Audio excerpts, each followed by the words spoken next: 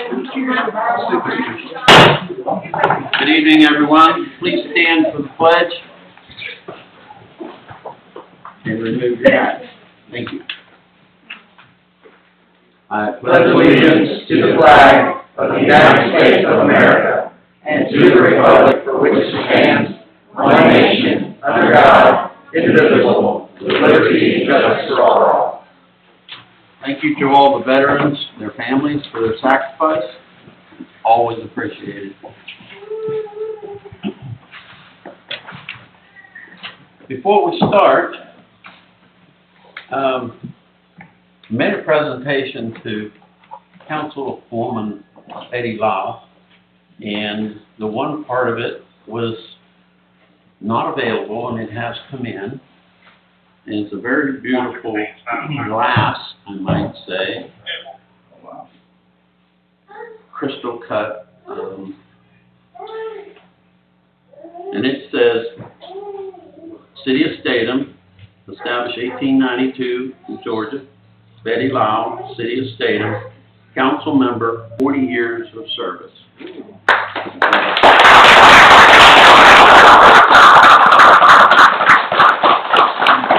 It's heavy and it's glass. I'm not getting it. Well, you can throw it, but I'll probably break before it does. Thank you, Dave. Thank you very much, and I'm sorry it wasn't in when the plaque was in. That's The okay. plaque I is up. told you I wasn't going anywhere, and I just drive through and look at it, and it looks pretty. Great. It looks great. All right. All right. So, first up is oath of office. We have 3 new council members, and I need to take this time, one at a time, to swear each of them in. And is it better up there or Wherever you like. right here? Probably right here. I know the press wants to take pictures, so wherever this best photo op. Okay. Just, this is a big part, obviously. Where would you like? Wherever, Up here? yes, that's fine. Okay. Well, I'll start with Lee and then work my way that way. We need to be right here. Well, it's just, it has to be just different, so,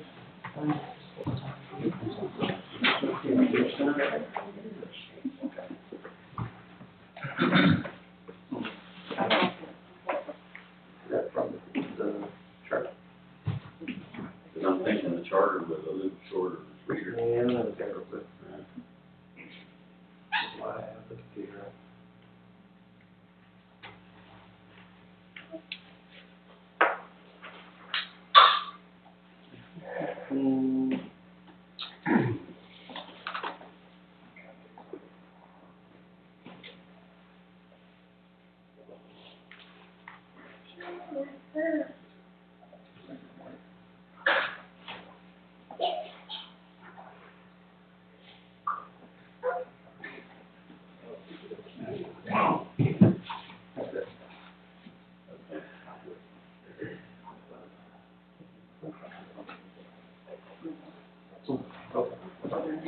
All right. So, do you want me to read it and then you just swear to it, or do you want to repeat? Okay. So, the oath says, I solemnly swear or affirm that I will support the Constitution and will obey the laws of the United States and of the state of Georgia, that I will, in all respects, observe the provisions of the charter and ordinances of the city of Statham, and that I will faithfully discharge the duties of the office of council person. Okay. So, thank you, and she'll have you sign when, We reprint them. yeah, we have to reprint. We pulled the wrong one. Debbie, would you join us, please? See if I get this word right. Solemnly. Yeah, Solemnly. okay.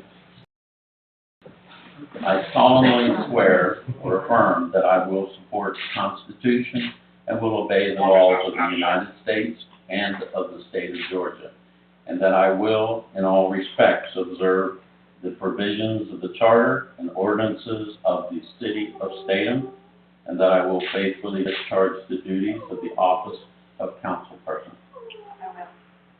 Thank you. Scott?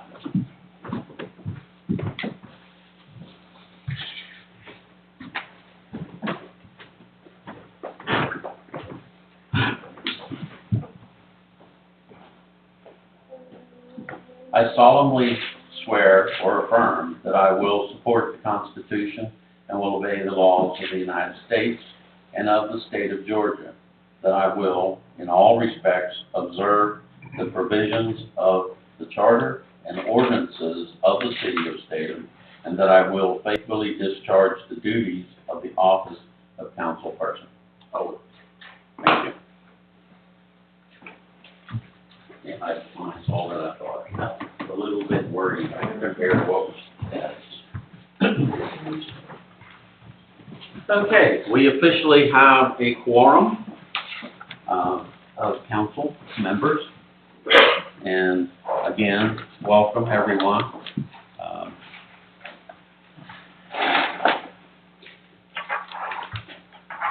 In the packets that the council members have, there is a financial report, and there is essentially no changes since the bank has not sent the December reports and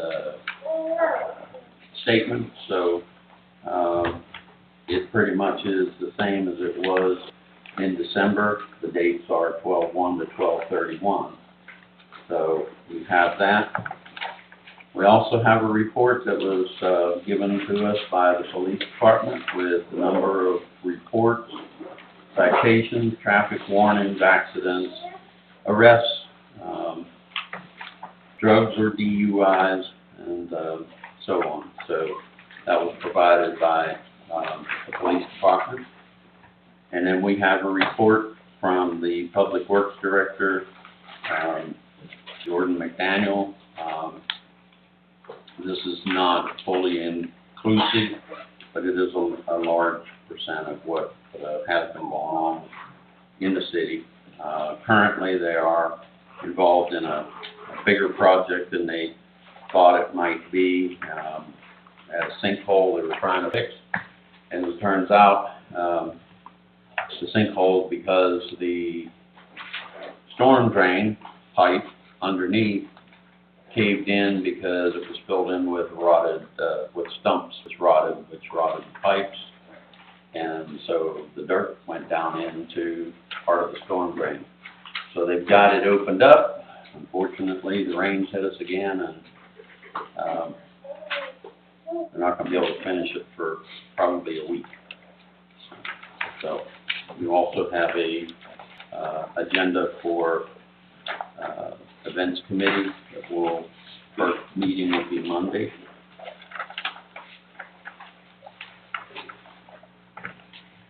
The first item on discussion is well development project change order proposal for Groundwater Services, Inc. to approve the additional proposal for Groundwater Services for well development project. There were a couple of reports that were added to your packet. And then I also met with Dan, who is the owner of Groundwater Services.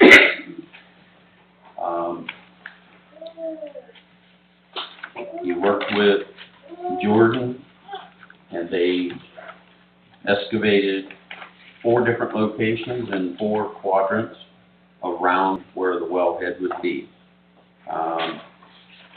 He expected to find things like methane gas, which would indicate that there was things that were decaying. There was none found. That would be lower explosive limits is what they usually refer to. Things like methane, hydrogen, sulfur, sulfide, oxygen, and volatile organic compounds, VOC. None were found. All the sample bags had a content of 20.9% by volume of oxygen. Again, we excavated 4 different locations. There is supposedly, although nobody knows that has told me where it is, but they supposedly an oak tree with a burial ground. They did not excavate anywhere near that oak tree for obvious reasons, that they didn't want to disturb sacred ground. So in this report, highlighted the items, everything with the exception of lead, which is slightly higher, but can be filtered out. Everything else is well below the limits. Dan's concern, more than anything, after doing these samples, is turbidity. And his recommendation is that we go to the next step, and in that next step, each one is contingent upon the results as to whether or not they would continue to the next step. So we may get 3 steps into the process, and he comes back and says the turbidity is still above 4. The EPA will not approve anything that's 5 or above. He won't even go further if it's 4 or above. So his feeling is that the EPA says 5 is acceptable. Below 5, then he goes for below 4. At that point, if he determines that the turbidity is too high, then he's just going to notify the city that it is not worth going any further into this process. And so, as far as eliminating radon, they kind of isolated it to the upper 120 to 230 foot range, and that can be isolated by casings, and they would pull from the bottom. But if they went through all of this process, it's a very good possibility that they could improve the flow of water from 25 to 30 gallons per minute up to 50 and possibly as much as 70 gallons per minute. Doing a little bit of math, it would improve our situation greatly. I just signed 2 invoices today, one for buying water from Winder and one for buying water from the county. And in that report, that was a total of $21,123 that I just signed invoices for, and at that current rate, we would be about $253,000, almost $500 for the year. Now, we're in the winter months. Usage is down. Summer months, our billing can be and has been as high as $350,000 for the city to buy water because we're not producing enough. Our spring produces about $120,000 a day, or 120,000 gallons per day.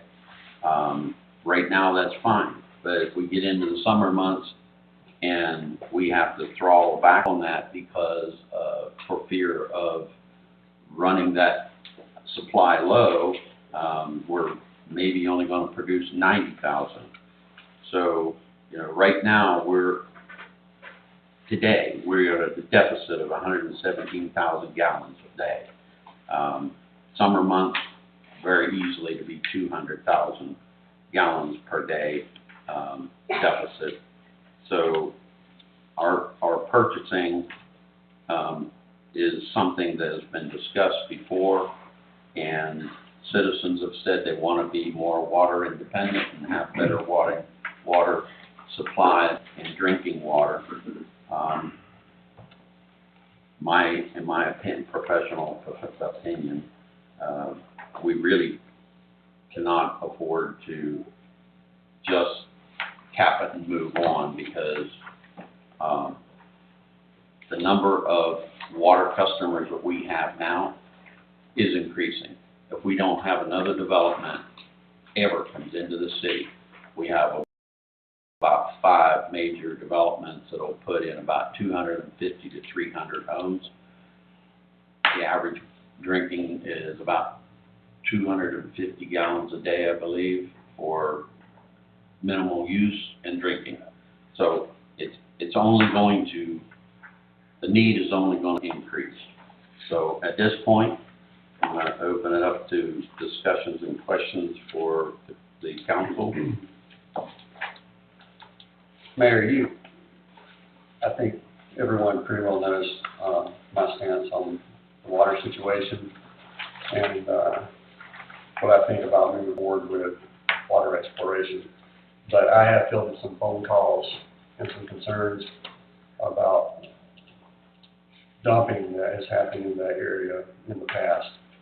The report we have says there were no observations of domestic or commercial trash in any of the pits on the ground surface or exposed underneath the vegetation on the property. Is there anything else that you know about any dumping that may have been in that area? Well, as the report indicates, they had test pit 1, 2, 3, and 4. The most that they've found, other than clay, is mica flakes, which is very prevalent throughout Georgia. Now, pit number 4, that testing showed mica, and don't hold with this, but it's just rock boulders. That's just another way of saying it's a bigger chunk of mica. Other than that, no. There were pieces of concrete from broken sidewalks and or driveways or whatever, and there were chunks of asphalt, but there was no signs in any of those samples or pits that were dug that indicated that there was any kind of yard debris or any kind of actual human garbage. Does that answer your question? It does. Okay. Well, I've also heard from citizens that this was at one point used as a place where dumping went on. That's what I'm understanding. For my question is why did we choose this location? I don't know why this location was chosen. It's my understanding that there was dumping, and it may not have been 10 years ago, but it has gone on at some point where that would seep down into the ground. So I see that we have 2 different reports, one from the aerial photos and environmental report, but we also have a report on 12/18 that indicates that there were some higher levels of things, and the report didn't sound very good to me. Now, I'm not an expert on water, and I'm all about wanting to have good water for our citizens, so I'm concerned about it, and so I need to learn more about this. It seems like the reports are a little conflicting to me. And I just did receive them, so I haven't had a whole lot of time to research. But that's just my take on it.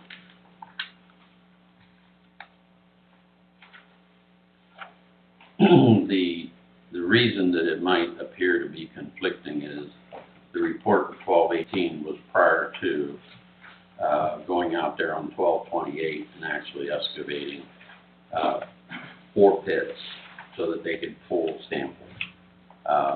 The report on 12/18 was from the specific location of where the well is, and they can isolate things like the radon by casings, and there again, so that it doesn't drain down into a water source.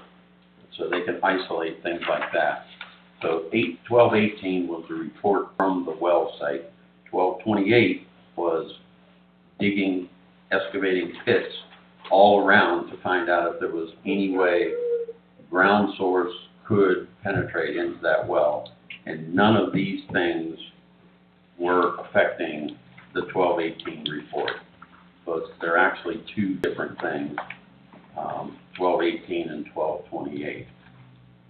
And there was nothing, as the report says from 1228, that the water analysis do not indicate man-made contamination coming from the property.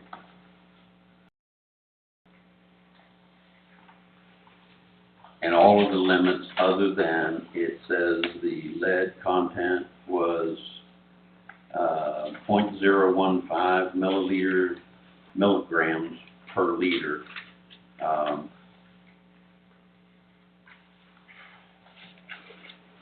And it was 0.0199, I believe. Yeah, and the acceptable level was 0.015, I'm sorry. So it's the only one that was slightly higher, and again, that can be filtered out, which we do things like that at the water plant, where they can filter out with active charcoal and things of that nature, those kinds of, but there is no indication of permanent contamination on any of these. And meeting with Dan last Thursday, I believe it was, that it did not indicate that there was any major concern. And again, he reiterated that this is a tiered system and that it doesn't mean that it's a $50,000 blank check. It means that each of these is contingent upon the results before he would move forward. And if it comes back after 2 or 3 of these and he still has high turbidity, he's going to pull the plug on it anyway. So this was picked because there were 3 sites, and they do aerial views, they do some kind of a resistance, and I'm not tech savvy on this, but they check the resistance, and it usually indicates that there's a better water source versus another site.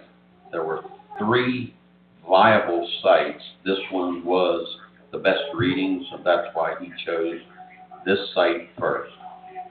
We have 2 others. One is actually on private property, and the city would have to negotiate with that individual. That's probably the second best site, but if we just cap this after we've invested $20,000 and we just say walk away from it, and we go to another site and we get to the same point, we have to do the same process. Like everything, the price goes up because of cost of product and everything else. So instead of an additional $50,000, it could be $70,000, and then we say, well, forget that site, we move to another one. We could do 4 or 5 sites at $20,000 a pop, and we wasted $100,000 of citizens' money, and they'll go, well, what do we vote you in for? So. Well, I think I remember in November, this was voted down by 3-2, although the newspaper didn't say that. Well, December. in December. It was. Yeah. The month's wrong. Yeah, it was in December, and yes, it was voted down. However, in lieu of new information, which I provided to the council, and took it to the next step, this was not a resolution, this was not an ordinance. This is for professional services. This could be brought back to the table a month from now, and it is not violating any ordinance, any charter, or any state rules. Am I correct, Counselor? That is correct, sir. So I think it's, in my opinion, it's worth taking that extra step, and let's see where it goes. If they, get 3 steps into it, and we've invested another $14,000, and it doesn't work, we walk away. But if at that point, we know the results, and it is not a viable option. And like he said to me, if it's too high on the turbidity scale, he's not gonna go any further. His level of turbidity is lower than what the EPA standard is, and I like that. I would rather him err on the side of caution and on the side of the city as a contract services than to just say, well, let's just go with a whole ball of wax and see where it takes us. And that'll be the first thing they check when they do pump down, correct? Is One of the turbidity first things and will be, samples. yeah, they have to do a pump down, and then they have to leave set for so many days, and then they will check. If the turbidity comes right back to what it is now, which he says is unacceptable, at that point, then he comes back to the city and says it's not worth pursuing. What was that, dollar amount that we would, have to put in until we get to that point? I believe the first three steps, which was approximately 14,300, he kind of agreed they all pretty much go hand in hand. And then, because you have to do a pump down and you have to leave it, sit for so long. And then the samples, and so the first one is 7,000, the second one 2,300, and the third one is 5,000. So that's 14,300. Because they have to, the grouting and the casing is what's going to isolate the things like radon. So they kind of those three are almost a guarantee that we're gonna invest 14,300, and then we go from there. Other questions? On the cemetery site, I know you said y'all didn't, look near that oak tree. Are there not any markers or anything at that site? We did not find any. We were told by citizens, and I believe it was mentioned by previous council members, that there was a cemetery. We don't see any clear markers where it was. We were told it's around that oak tree, so they stayed away from the oak tree completely. And the oak tree is a considerable distance from the wellhead, as is the hill that they talk about where this landfill, which landfill is all kinds of garbage. This hill has concrete pieces of asphalt and tree stumps and typical things that you would find in the ground anyway. As a matter of fact, if you want to see it, and you go over there, there's a big hole right now. That hill is where the sinkhole was, and two of the guys are over there mowing late season with tractors and bush hog, and one of them almost flipped the tractor when they hit that sinkhole, and so we had to see what was the reason. And since we're not in the cutting season, it was a good time for the guys to investigate. Unfortunately, it became a whole lot bigger project than what we anticipated. So they're in the process of getting together what our next step is to put that section of storm drain back. Fortunately, the storm drain is kind of the beginning of that leg of the storm drain, so it's not disrupting the middle of a development or something like that. So, but there's a big hole there.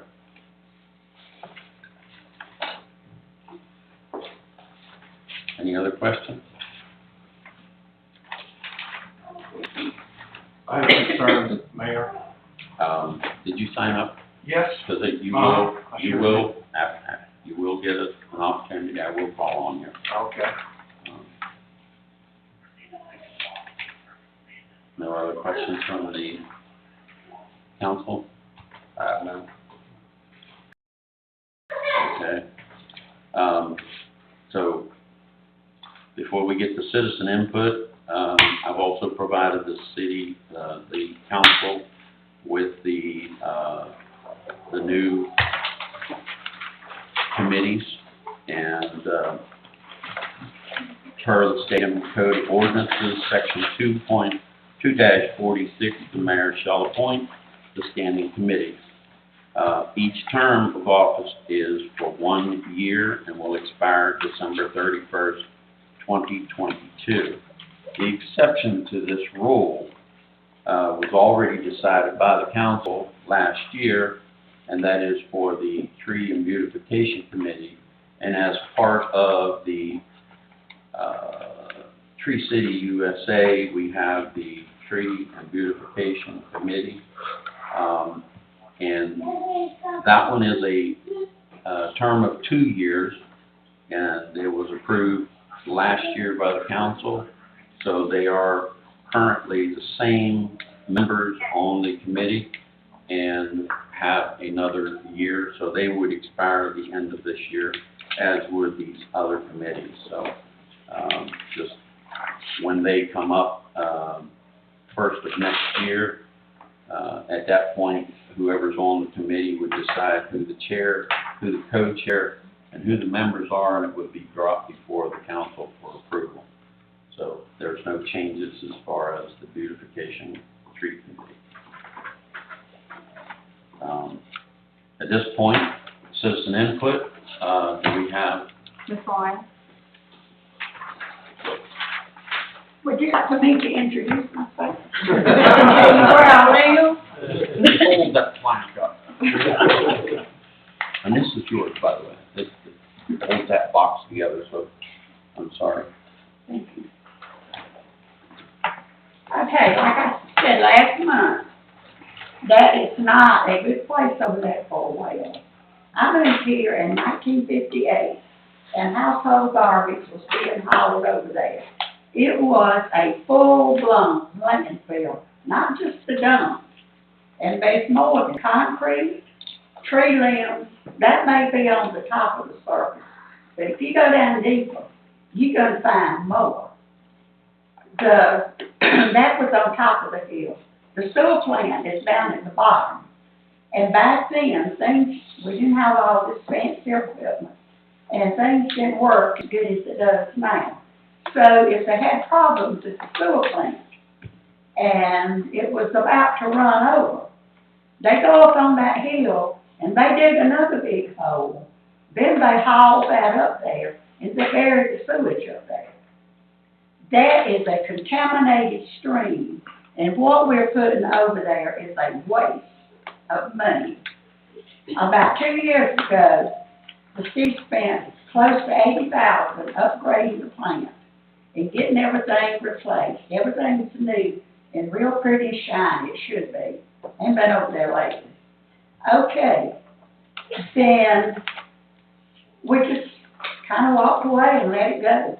We started buying. It was easy to call Bear County or go over and turn the meter on and write that big check.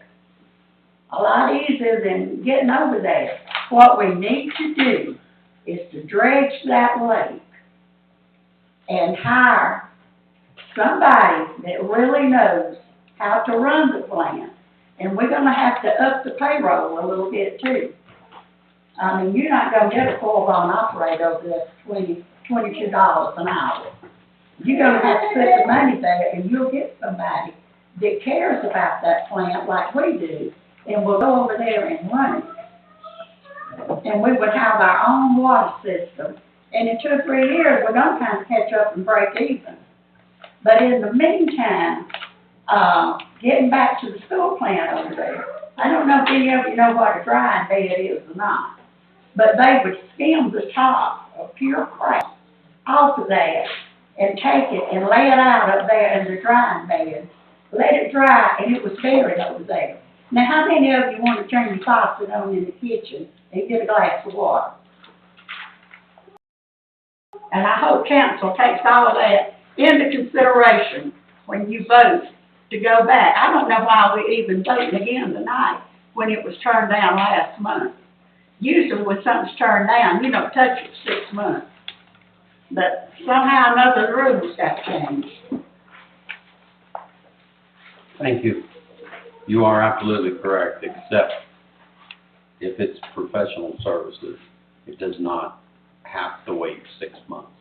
Ordinances and resolutions, if they're turned down, have to be 6 months before you can bring them back up. That's why the difference. And Mr. McCoy? Yes. Do I need to introduce myself? if you like, and some people out here might not know you. I'm Dwight McCormick. I live on Smith Drive, right here in Statham. I had some concerns, a couple of concerns. Tonight, it appears like we're having a discussion in a work session that we should have had last month about this water. All this information was available to the city, but it was not made available to the council. And if we would have had a productive meeting like we're having tonight about the water and about the conditions and about the location, I would have had a better time making the decision. But I made my decision last month based on my conversation with Councilwoman Lau, and that location was not favorable. So if we continue at that location, I feel like we're gambling with an exploration company, and I feel like we need to turn our resources toward the watershed lake and start dredging the watershed lake. Now, in conjunction with our needs for water, the state is going to need about 50 metric tons or 50 million tons of dirt for the overpasses coming over Highway 211, and we could actually end up selling them the dirt because the location of Watershed Lake is about 1,000 feet from the location where this overpass and GDOT is going. So I think it's time that we start looking at what's going on and what our opportunities are.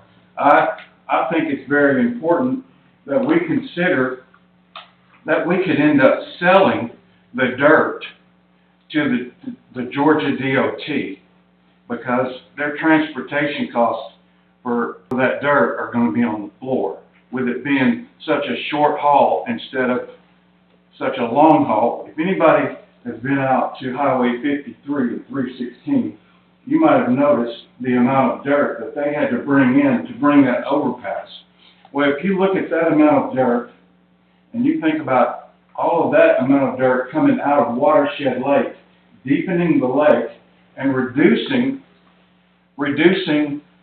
the algae bloom and the shallowness of Watershed Lake is the reason that the city has abandoned the water over there. So I think if we turn and look at what's coming in the next couple of years, and I think if we get that Watershed Lake dredged and get it down to 20 to 30 to 40 feet, I think it's one of the things that could serve our city for a whole lot of years. I think it's one of the things that could absolutely turn Statham around. I think if you think about what cities have done, what other cities do, how do they bring revenue in, what do they do, like Winder or Auburn or any of these other communities like us. They make the decisions that are tough. They make the tough decisions and they do the work. But I think it's time. I think this is just a Band-Aid, and I think this site is going to prove to be problematic, non-productive, and we're depending on the groundwater that we don't control the groundwater, but Watershed Lake we do control. If you look at Bear Creek, it is completely controlled by that water authority. There's nobody can get in, nobody can contaminate it, nobody can dump. We're not concerned about the mechanic shop dumping oil, and a month later we have a major issue. I mean, there's so many things wrong with just this site and the exploration and the process, I just feel like it's time that we look at the bigger picture. And I agree, this needs to at least be tabled or rethought, or more discussion needs to happen. So, that's all I got. Thank you. Thank you. In answer to your concern, yeah, this packet was given out to council. This report was in the council's hand back in December. As far as the other report, it wasn't available because we didn't go to the next step, and I authorized them to do the samples based on hearsay. If someone knows where the bodies are buried, by all means, step up to the plate, and I will be glad to walk away from this. But there's claims that there's barrels built that's buried over there, and you're saying that the drying bed is buried over there. Yeah. I'm going by the samples that we were given, okay, and they were sent in. It wasn't Dan How that did deep these. did they dig to get those samples? They were pits. I can't answer that right now. But Because it was, the whole hill was a hole. This Patty remembers. That for many, many years, all the garbage, that's where it went. We didn't have somebody to come in and take it down the road. It went over there. And as far as the bodies, now, I can't pinpoint that. Well, it's kind of metaphorical. I mean. That was rumor. But, I do know that the drying beds, I do know sewage was put up there because the little boy that drowned was in a pit of sewage where they had, the plant was running over, the pond thing was, and they had dug a hole and put it up there, and the kids went in, they were playing, and that happened. No, I mean, that is nasty over there, and we shouldn't even be thinking about running it through somebody's home for them to be drinking from it. I do not think that you can purify that water coming out from over there. Like I said, dredge the lake, put somebody over there that knows how to run the plant, and in 2 or 3 years, we can look back and say, you know, we got our own thing going. Well, And be we proud of also it. brought up at the council meeting that to dredge that lake, it's somewhere in the neighborhood of about $7 to $8 million. We don't have that. No, we don't have it, but when did it go up, so? So we have applied as a city for grant money, which we're not guaranteed. We might find out whether it's a yay or a nay. I think the 3rd week of January is what we are told by the powers that be that decide that. Now, in the last 5 years, the city has spent between $1.6 and $1.7 million to buy water from other authorities. Mm-hmm. Winder has put in some beautiful parks, Uh-huh. and a lot of it's come from our pockets. We've got people that say we should have better parks. We can't have better parks because we can't supply the water.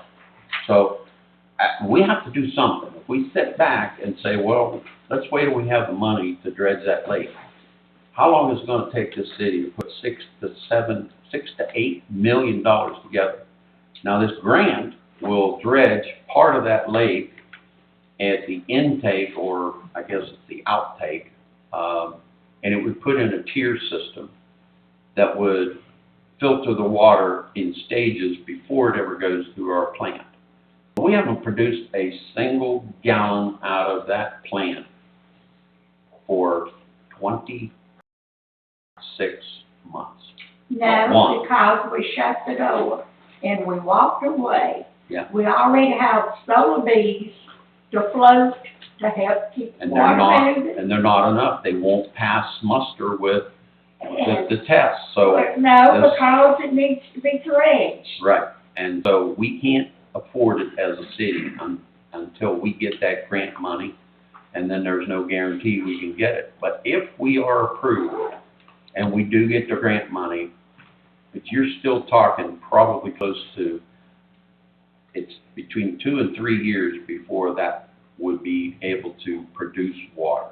and it would be far better, and I have no better desire than to get that 54-acre lake back online because it's permitted for 1.1 million gallons per day. Mm-hmm. We need for our citizens right now about 285 to 350,000 per day, depending on whether it's wintertime or the summertime when they're watering.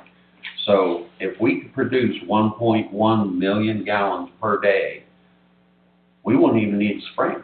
We wouldn't need a well. But if we're going to sit here on our thumbs and wait and say, we need the money, but we don't get approved for it, now what do we do? So, I have a quick question. yes, Was the $7 million, was that based on them moving the dirt and excavation? Because the opportunity for us to sell the dirt from the lake that we need removed is right in front of us.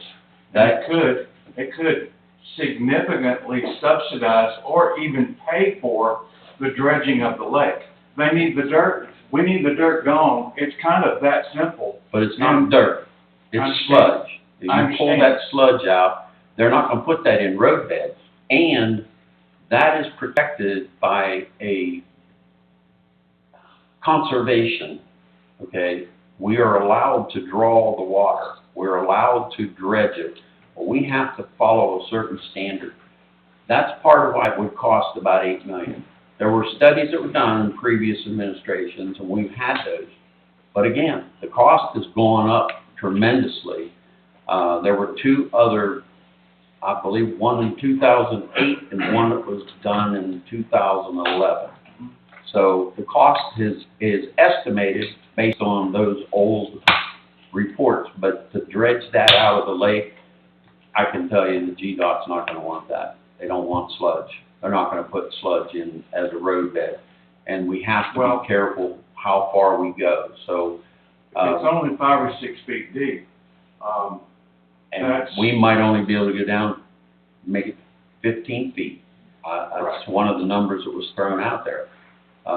Because you don't want to, if you go too deep and you hit that, what they call impervious surface, it's like punching a hole in your water bucket. It'll never fill back up. And so it's groundwater runoff is part of the problem. And that could be decaying animals out in the field, and storm water runs into that lake.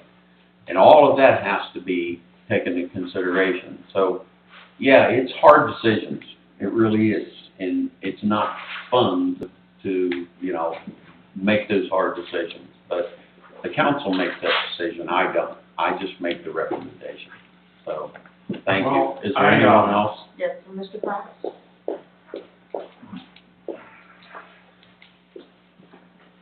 Obviously, my name's Rudy Krause, and I got this report here, and I'd like to read a couple excerpts. Water quality sheet, the field parameter measures while pumping the well note that the turbidity is high. The acceptable limit is 5 MTUs, which we've already discussed, and the DO for groundwater should be less than 3 milligrams per liter. The pump was set at 175 feet. That's just shy of half of what you're talking about going down to at 590, okay? So one of the things that really bothers me is, says the high DO indicates shallow fractures with probable downward migration of groundwater from the uppermost aquifer.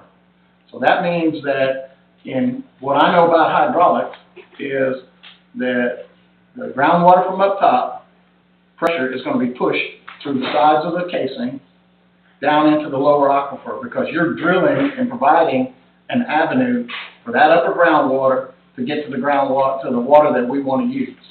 Okay? It also states here that the water temperature graph shows the changes in the temperature which indicate groundwater flow through the well. Note that there are 3 fractures between 220 and 300 feet. These are suspected poor quality water zones. excuse me, I want to make sure I say this right. Poor water quality zones. The fractures are 320, from 320 to 590 feet are suspected good water quality zones. The conductivity graph shows the improving water quality between 290 feet. A lower conductivity indicates blah, blah, blah, okay? So, basically what we're at is we're 3/4 of the way down, okay? And we can't pass any of the EPA tests. None of them. What does that do? I mean, what does that say? If you cannot pass the EPA test and you're 3/4 of the way down on a well that you're drilling, you know, do we want to throw that money after it? Obviously, that's for y'all to decide. I was fortunate, I pulled this off the website, okay? And in reference to the landfill, I have about 5% of the employees at Johns Manville that live in Statham, 3 to 5% that live in Statham. These are all 30 and 40-year employees. They're on their way to retire. Everyone I talk to there confirms what Hattie and Betty are saying about that area. Even a young man, and Hattie, I'm sure you know Nate Jackson. Nate Jackson grew up over there. He witnessed garbage being dumped over there. Okay? This is a young man who, he doesn't even live in Statham anymore. He lives outside of Statham. He doesn't even get Statham water. But he remembers that. Now,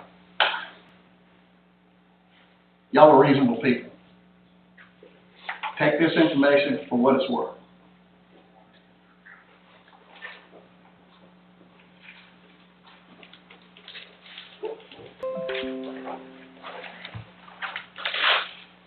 Anyone else signed up? No, sir, that's it.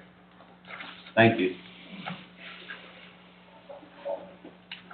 Mayor, I have a question. Yes. Mr. McCormick mentioned about an overpass on Route 11. How about Bobbles Creek Road? What about it? No, I'm asking because we know nothing about an overpass. This is somewhat my first hearing that overpass is going to be. It is not even gotten to the point where GDOT, those are all preliminary things. It hasn't even gotten to a public hearing, so that's speculation.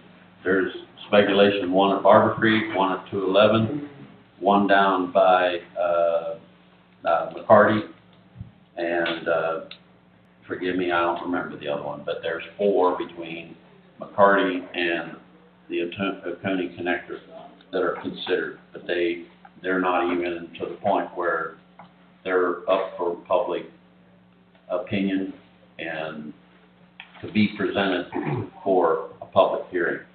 So that's all speculation. Speculation, the DOT has been surveying. They have been, Mm-hmm. yeah, Okay. and it's, It's on the plan that's tabled right now, but it is planned to be coming down our area, yes. And given what they've done in 316 from 53 forward, everything that had a light got an overpass. That's 81, 53.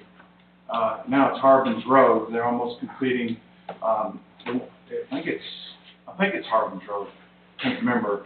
But all of those locations had lights, and there are no locations that did not have lights that got an overpass. So they're limited access. So I would assume that 8th Street, Barber Creek, McCarty would then become limited access, and the only way to get there would be on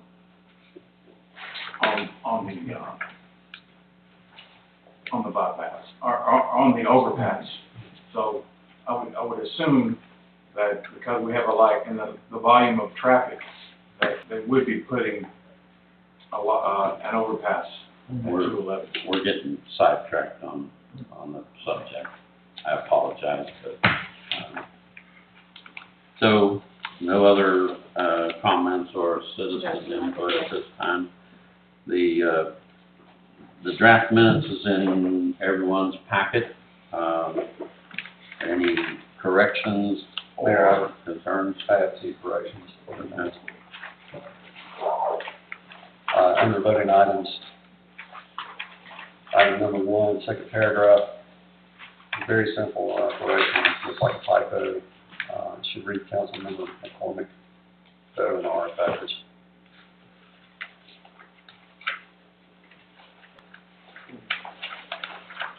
Say again?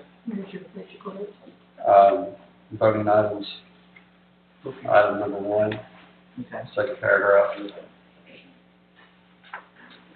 Are we on page 4 or? page 1. Page 1. Sorry, page 1. And then the other item I noticed was page 4, underneath minute approval. Item number 2, same mistake, Councilmember McCormick misspelled.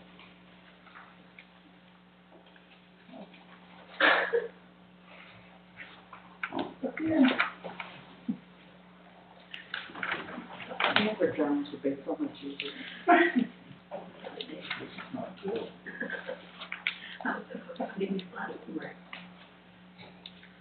Those are the corrections I have.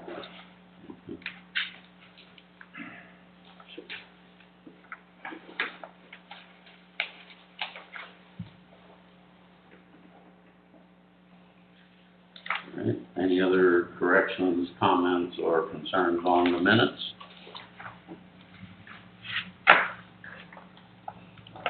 And can I have a motion to approve the minutes with those corrections? Mayor, I make a motion to approve the December 21st, 2021 minutes with those corrections.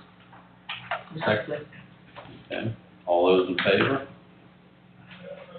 Okay. And can I have a motion to adjourn? So moved. Okay. And second. And all those in favor? Okay. Now, we also have, a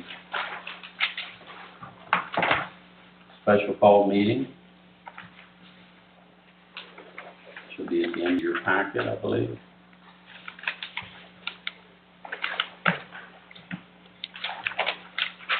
I can get mine out separated.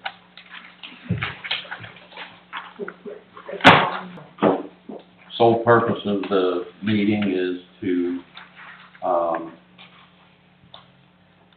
bring up the, voting item of the well development project change order proposal for groundwater services. Do I have a motion to enter into that agreement or not? Mayor, I make a motion to approve $50,000 to Groundwater Services Incorporated with a contingency of $70,000. The Groundwater Incorporated, Services Incorporated report back to the council and the mayor for findings. Do I have a second?